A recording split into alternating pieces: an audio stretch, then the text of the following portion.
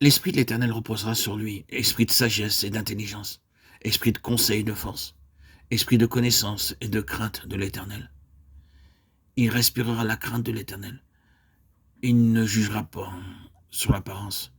Il ne prononcera point sur un oui-dire, mais il jugera les pauvres avec équité, et il prononcera avec droiture un jugement sur les malheureux de la terre.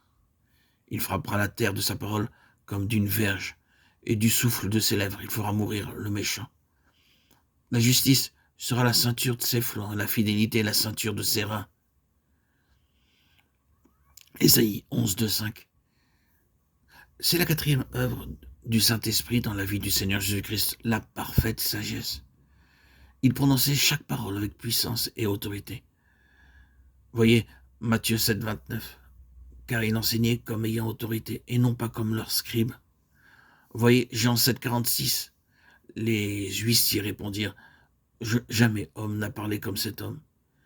Les huissiers tremblaient à ces paroles. Et dans Jean 8, 5, 9, Moïse dans la loi nous a ordonné de lapider de telles femmes.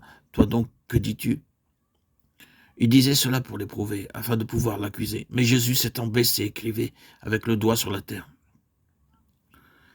Comme il continuait à l'interroger, il se releva et leur dit, que celui de vous qui est sans péché jette le premier la pierre contre elle.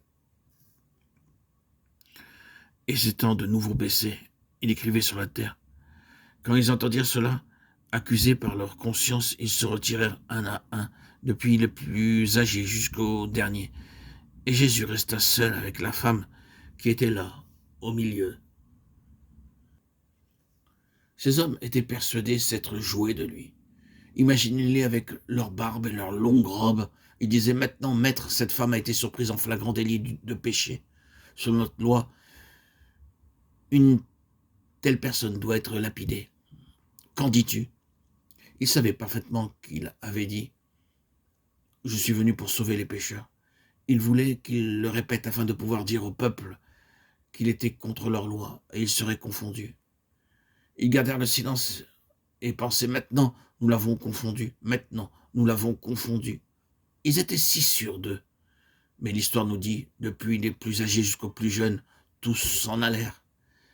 Il les connaissait tous. Il les connaissait bien.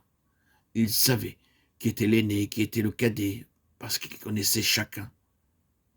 Monsieur un tel et un tel, vous avez 69 ans et 4 mois. Qu'avez-vous à dire au sujet de votre péché? Et cet homme s'esquive sans bruit. Puis le second. Maintenant, monsieur un tel, vous avez 65 ans, 3 mois et 5 jours, et ce péché, il disparaît. Puis le troisième, monsieur un tel, vous avez 49 ans. Qu'avez-vous à dire au sujet de ce péché? Il disparaît également. L'Écriture déclare, ils se retirèrent un à un, depuis les plus âgés jusqu'au dernier. Que celui de vous qui est sans péché jette le premier la pierre contre elle. Quelle sagesse! Une sagesse est un amour parfait. Avec cette sagesse, il pouvait confondre l'ennemi.